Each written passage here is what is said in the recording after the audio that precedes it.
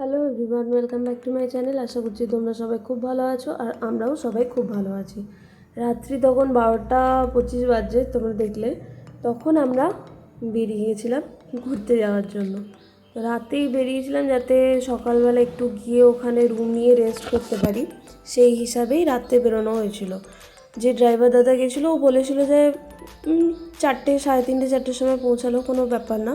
3:30, 4টের সময় আর কি বাড়ি থেকে বেরোলেও কোনো ব্যাপার না, তাহলে সকাল সকাল পৌঁছাবো, দিয়ে ঘোরা স্টার্ট করব। কিন্তু যেহেতু দিদান দাদারা সবাই গেছিলো, তাই জন্য আমরা একটু তাড়াতাড়ি বেরিয়ে গেছিলাম। তো আমরা পৌঁছে গেছি আর আমরা এসেছি পুরুলিয়া ঘুরতে। তো ওখানে ফার্স্টে ওয়েদার দেখো কত ভালো। এইদিকে এক গরম পড়ে গেছিলো, কিন্তু ওইদিকে কিন্তু তখনও সকালবেলাটা 8টা, 8:30 অবধি বেশ ঠান্ডা। ঠান্ডা আছে না এখানে, আমাদের ওখান থেকে ঠান্ডা এখানে না। সেদিন দেখো সেরকম সোয়েটার তো নিয়ে যাইনি, শুধু একটা সোয়েট শার্ট পরে গেছিলাম আমি আর ভাই। তো ওখানে গিয়ে বুঝতে পারিনি যে এতটা ঠান্ডা হবে, একদম নাক মুখ লাল হয়ে যাচ্ছিলো, এত ঠান্ডা।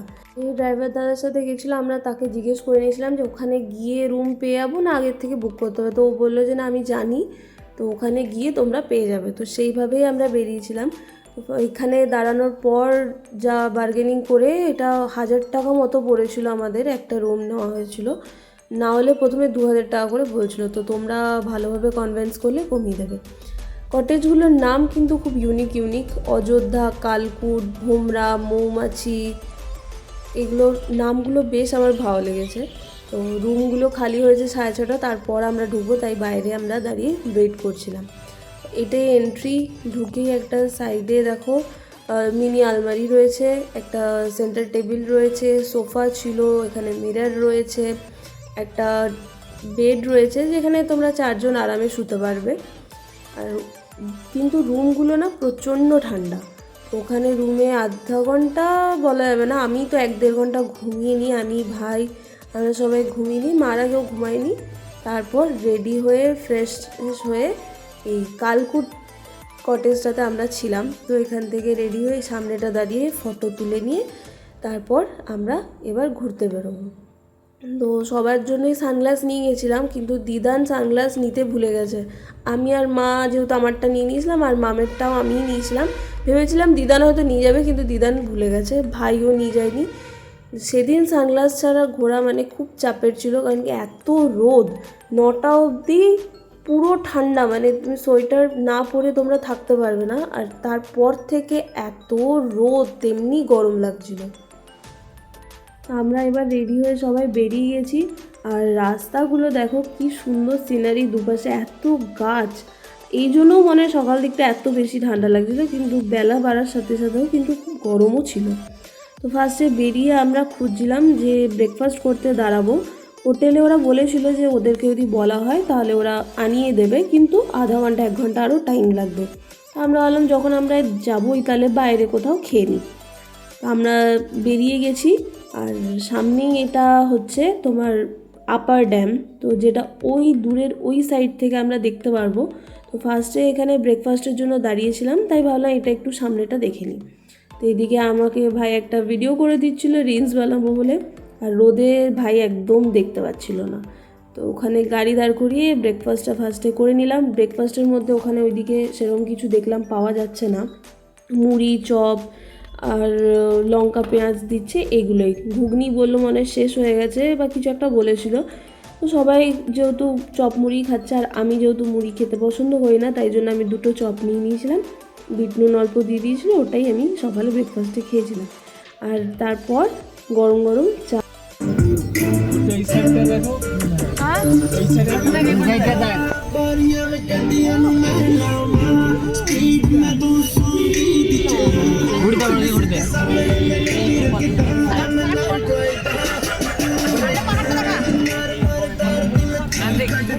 এইগুলো যখন বর্ষার সময় ধরলাম এই তো জলে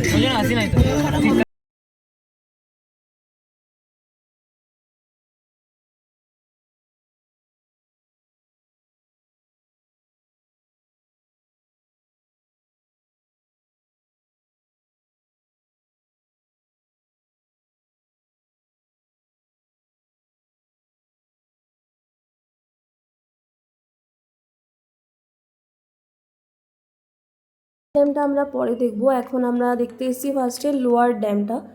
এত সুন্দর সিনারি, ঠিক এরকম একটা জিনিস আমরা দেখেছিলাম দার্জিলিংয়ে ঘুরতে গিয়ে।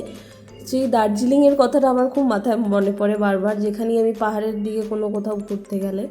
তো ওটাই দেখতে ফার্স্টে গেলাম, আর দাঁড়িয়ে আমরা সবাই ফটো তুললাম, ভালো করে ভিডিও করলাম তোমাদের সাথে শেয়ার করবো বলে।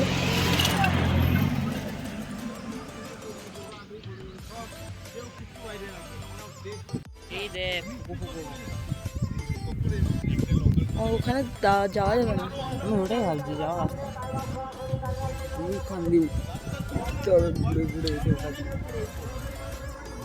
আমার অনেকক্ষণ দাঁড়িয়ে ভালো করে দেখে থেকে এরপর আবার আমরা যাচ্ছি সেই যেখানে বললাম আমরা ব্রেকফাস্ট করেছি, ওটা ছিল আপার ড্যাম।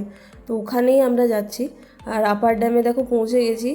সেম জিনিস বলে দিদান দাদাই মারা নামে নিয়ে আমি ভাই দুজন মিলে দেখলাম। আর এই সেম জিনিস যখন আমরা মুকুটমণিপুর ঘুরতে গেছিলাম তখনও কিন্তু এরকমই ছিল, মাঝে রাস্তা, দুধারে জল, গাছপালা, সেম সিনারি অনেকটা দু জায়গারই।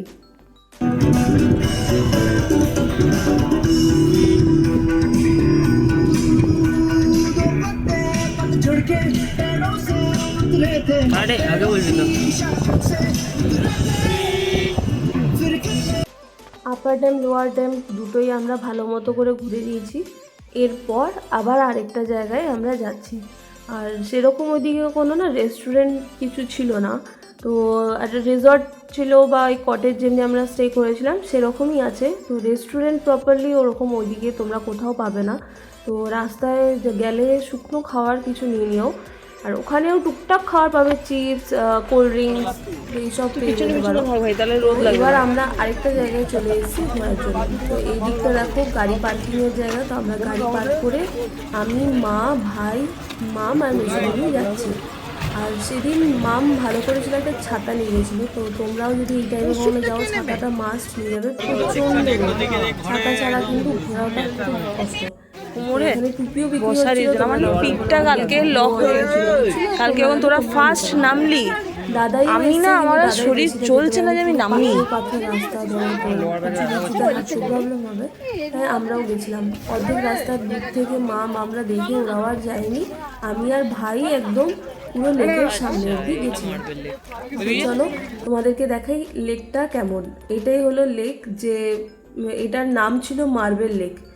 খুব সুন্দর জায়গাটা। এই পাথরটার উপর আমিও বসে ফটো তুলেছি, আর দেখছি সবাই ওইটার মধ্যে বসে কি সুন্দর সুন্দর ফটো তুলছে।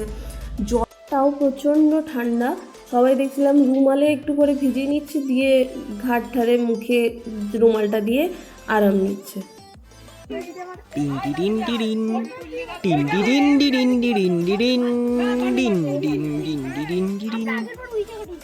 ভাই আমাকে ফটো ভিডিও খুব সুন্দর তুলে দিয়েছে। ব্যাকগ্রাউন্ড মিউজিক ছিল যেটা তোমরা শুনলে। আর কেমন লাগলো সেটা কমেন্টে জানিও। তো ফটোগুলো দেখার জন্য তোমরা আমাকে ইনস্টাগ্রামে ফলো করতে পারো। ইনস্টাগ্রাম আইডি হচ্ছে অন্বেষা9800। ঘোরার পর আমরা একটু হাঁপিয়ে গেছিলাম, তাই লেবুর শরবত খেয়ে নিয়ে এই দোকানগুলো একটু ঘুরে ঘুরে দেখছিলাম। এখানে মুখোশ বিক্রি হচ্ছিল, তারপর পাথরের জিনিসপত্র এইসব বিক্রি হচ্ছিল। আমি ওখান থেকে একটা ম্যাগনেট কিনেছি।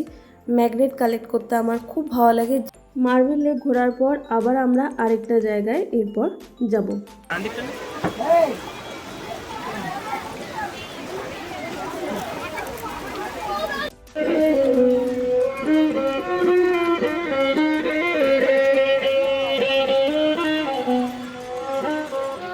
নেক্সট ডেস্টিনেশনে পৌঁছেও গেছি। এটার নাম হলো বামনি ফলস। আমরা একদম পুরো নিচ অব্দিও গেছিলাম, তোমরা সেটা দেখো।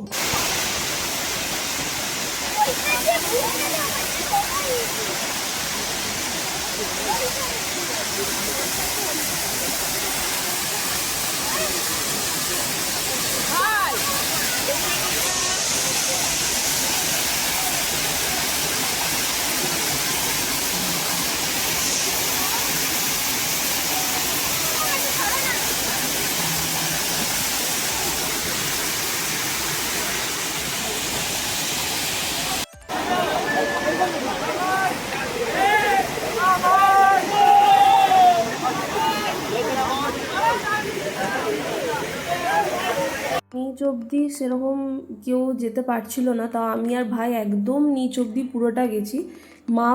মা মাঝ রাস্তা থেকেই ঘুরে চলে গেছিলো, কারণ কি 700 বেশি সিঁড়ি ছিল, তারপর পাথরগুলো তো কাউন্ট করা যাবে না। নিচে নামার সময় এতটা কষ্ট হয়নি, কিন্তু ওঠার সময় কিন্তু আমার ভাইয়ের দুজনেরই খুব কষ্ট হচ্ছিলো, কিন্তু তাও গেছি যখন ঘুরবো তো নিশ্চয়ই। তারপর ওখান থেকে চলে গেছিলাম তুর্গা ওয়াটারফলসে। এটাও বেশ সুন্দর, কিন্তু বামনি ফলস থেকে অনেক ছোট।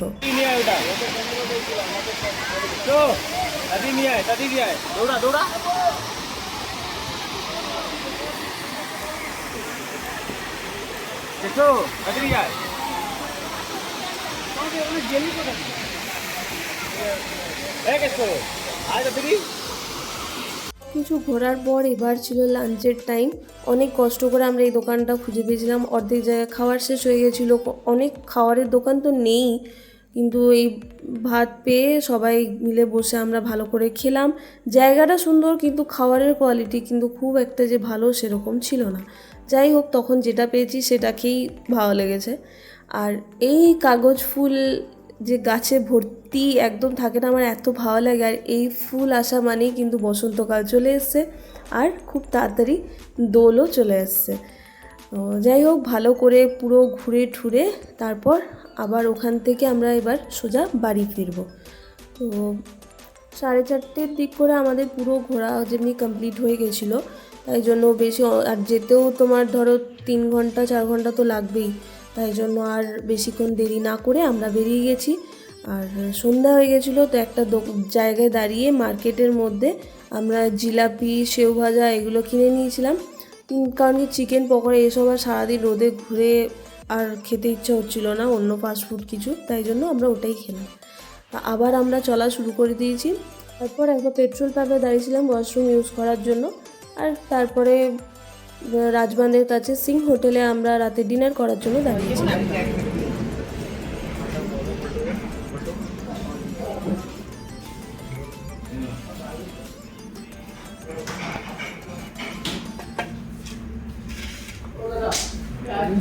সিম্পল তন্দুরি রুটি আর তড়কা খেয়ে নিয়ে আবার আমরা এবার গাড়িতে চেপে যাবো, এবার যে যার বাড়ি। তো ওখান থেকে লাস্টে গাড়িতে চেপে গেছি, দিদান দাদাইকে ফার্স্টে পানাগড়ে নামিয়ে দিলাম, আর তারপর ওখান থেকে আবার বেরিয়ে ফার্স্টে আমরা নামবো, তারপর আমরা নেমে ড্রাইভার দাদা চলে যাবে বাড়ি।